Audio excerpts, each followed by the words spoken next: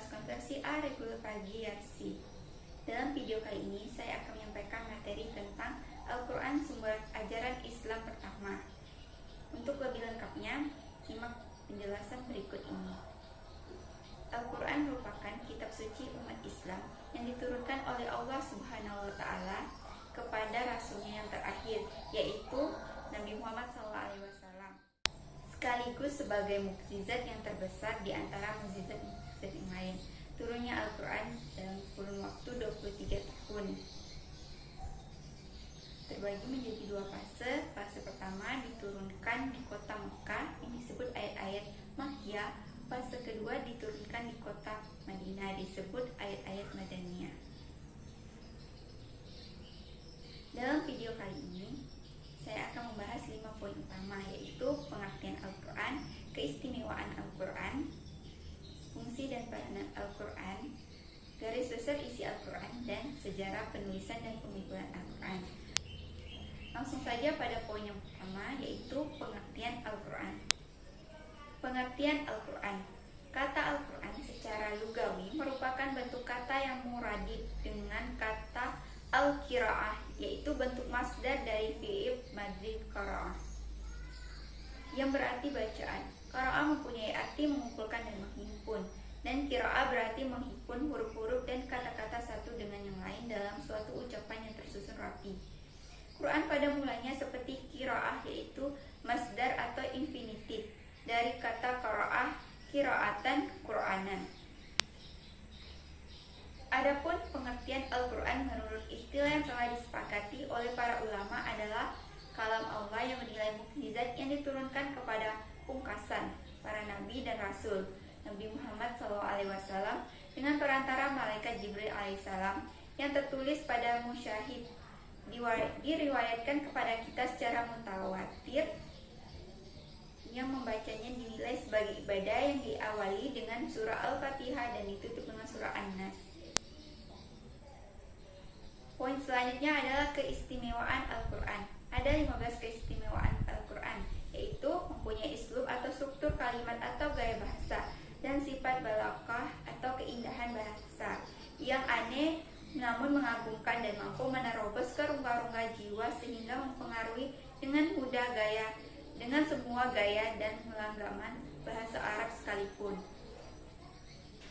Selalu menutup ayat-ayatnya dengan menyebut sifat-sifat Allah seperti alim, hakim, qadir, rahim, ghafur, dan sebagainya, guna menghujamkan sifat-sifat Allah ke dalam lubuk jiwa pendengarnya, memuliakan akal dan menjadikan sendi atau dasar untuk memahamkan hukum, mengendalikan urusan, dan mengembangkan ilmu, membebaskan jiwa dari rupa-rupa kehinaan dengan jalan memahatkan senjata tauhid ke relung-relung, memberikan kemerdekaan kepada mereka untuk menganut suatu kepercayaan dan tak meluangkan tempat bagi kepemimpinan keagamaan teokrasi yang dapat memperbudak sesama makhluk atas nama Tuhan atau agama sebagai yang pernah terjadi pada abad-abad pertengahan.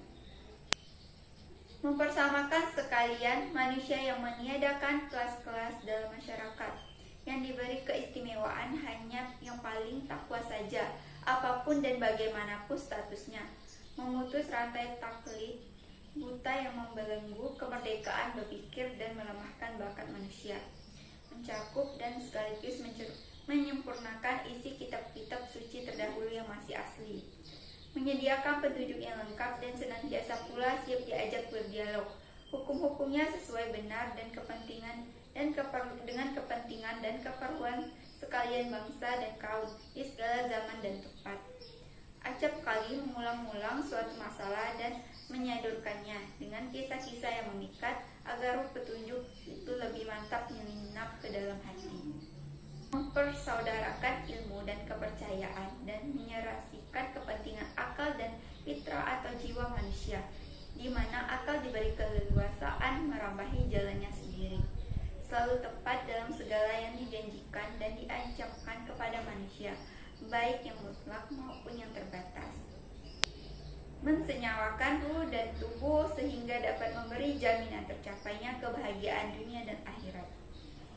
memberi keleluasaan dan hak untuk memilih, menuntut balas dengan adil terhadap orang yang berbuat tercela atau memaafkannya dengan atau tanpa kompromi, menegakkan pemerintahan atas dasar syura atau musyawarah, dan menetapkan bahwa kekuasaan dan kedaulatan negara berada dalam genggaman umat guna menumpas kesewenang-wenangan.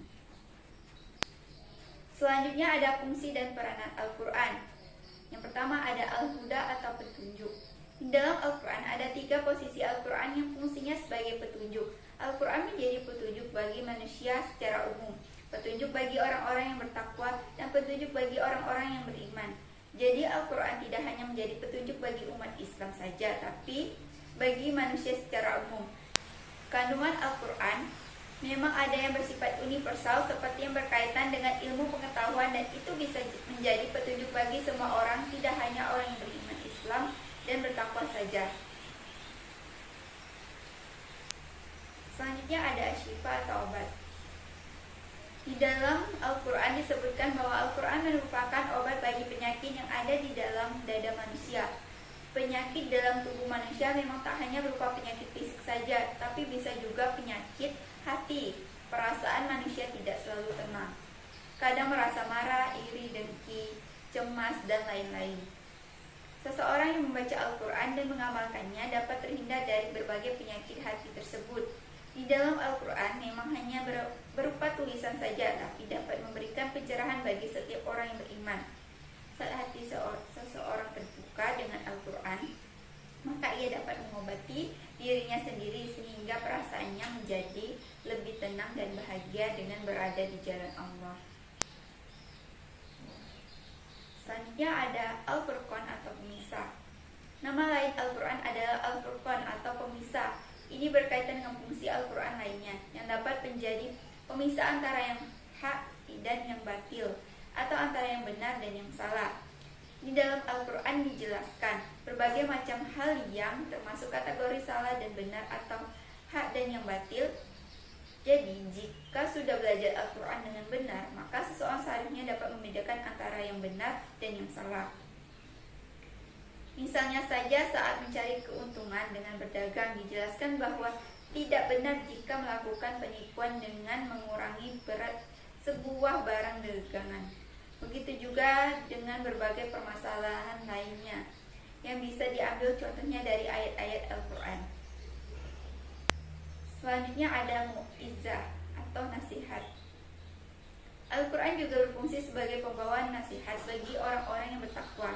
Di dalam Al-Quran terdapat banyak pengajaran, nasihat-nasihat, peringatan tentang kehidupan bagi orang-orang yang bertakwa, yang berada di jalan Allah. Nasihat yang terdapat di dalam Al-Quran biasanya berkaitan dengan sebuah peristiwa atau kejadian yang bisa dijadikan pelajaran bagi orang-orang di masa sekarang atau masa setelahnya. Adapun fungsi dan peranan Al-Quran lainnya yaitu sebagai petunjuk jalan yang lurus, merupakan mukjizat bagi Nabi Muhammad SAW, menjelaskan kepribadian manusia, merupakan penyempurna kitab-kitab sebelumnya, menjelaskan masalah yang pernah diperselisihkan umat sebelumnya. Al-Quran memantapkan iman Islam.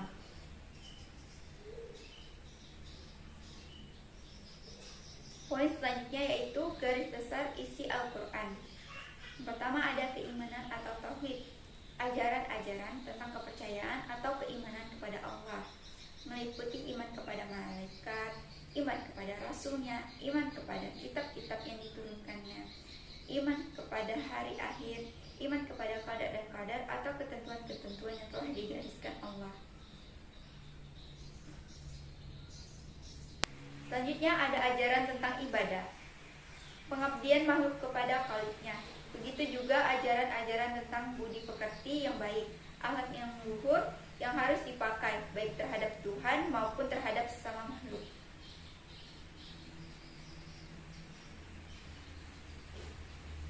Selanjutnya ada hukum dan peraturan-peraturan.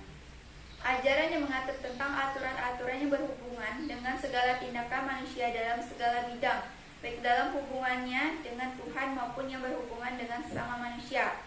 Hukum-hukum yang mengatur hubungan atau komunikasi manusia dengan Allah disebut al-ibadah, dan hukum-hukum yang mengatur manusia dengan sesama dikenal al-muamalah. Selanjutnya ada sejarah penulisan dan pengumpulan Al-Quran yang terbagi menjadi 3 tahapan. Yang pertama yaitu tahap penulisan Al-Quran yang terjadi pada zaman Nabi Muhammad SAW. Kedua ada tahap pengumpulan Al-Quran yang terjadi pada zaman Abu Bakar As-Siddiq. Dan tahap yang ketiga yaitu tahap pembukuan Al-Quran yang terjadi pada zaman Utsman bin Affan.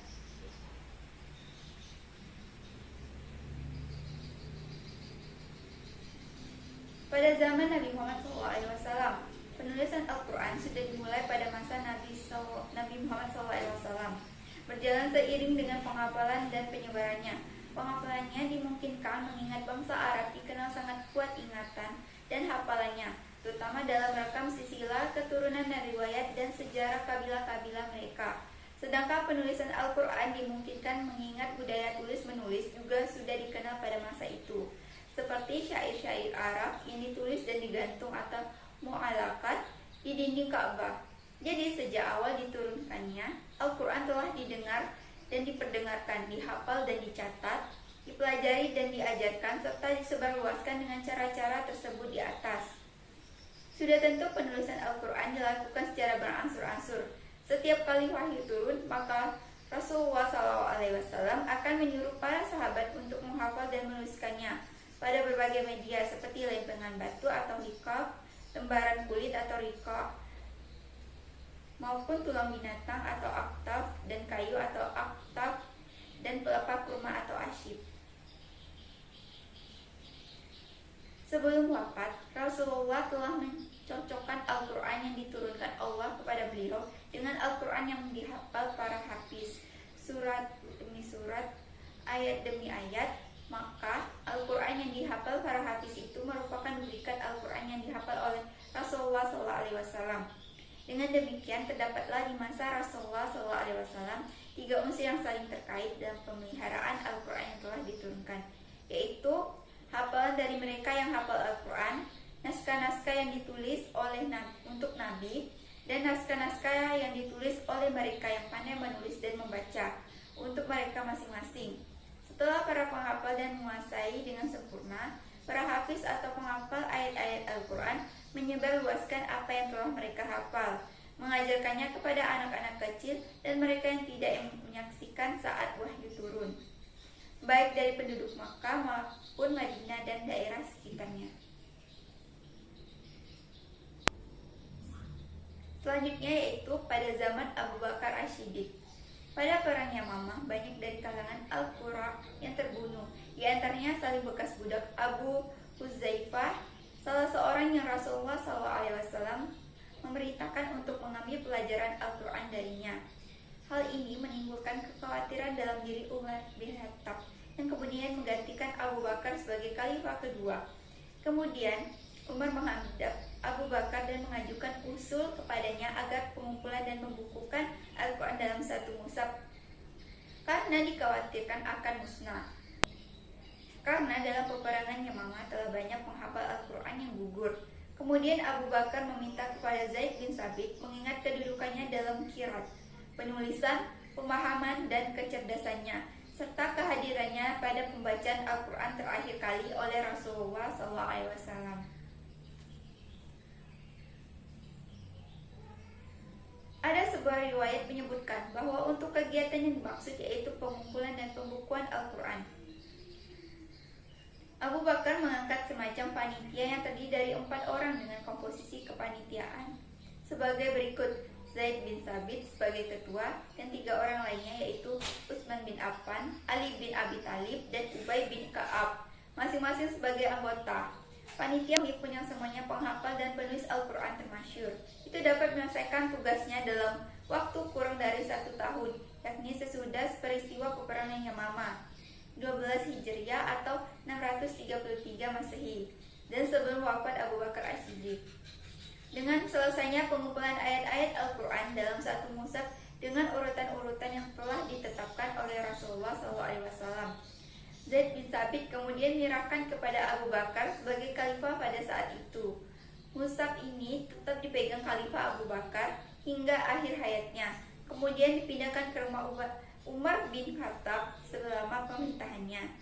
Sesudah beliau wafat, mushaf itu dipindahkan ke rumah Hafsah, putri Umar, dan juga sebagai istri Rasulullah SAW. Sampai masa pembukuan di masa Khalifah Umar bin Affan.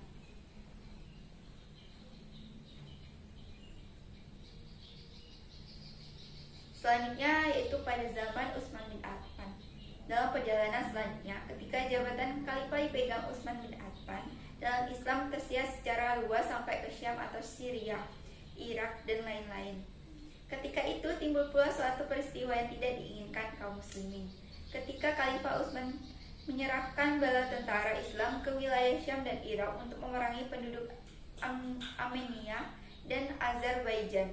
Tiba-tiba Hudzaifah bin al-Yaman menghadap Khalifah Utsman dengan maksud memberitahu Khalifah bahwa di kalangan kaum muslimin di beberapa daerah terdapat perselisihan pendapat mengenai tilawah atau bacaan Al-Quran. Dari itu, Hudzaifah mengusulkan kepada Utsman supaya perselisihan itu segera dipadamkan dengan cara menyalin dan memperbanyak Al-Quran yang telah dihimpun di masa Abu Bakar untuk kemudian dikirim ke beberapa daerah kekuasaan kaum muslimin. Dengan demikian diharapkan agar perselisihan dalam hal tilawah Al-Quran ini tidak berlarut-larut.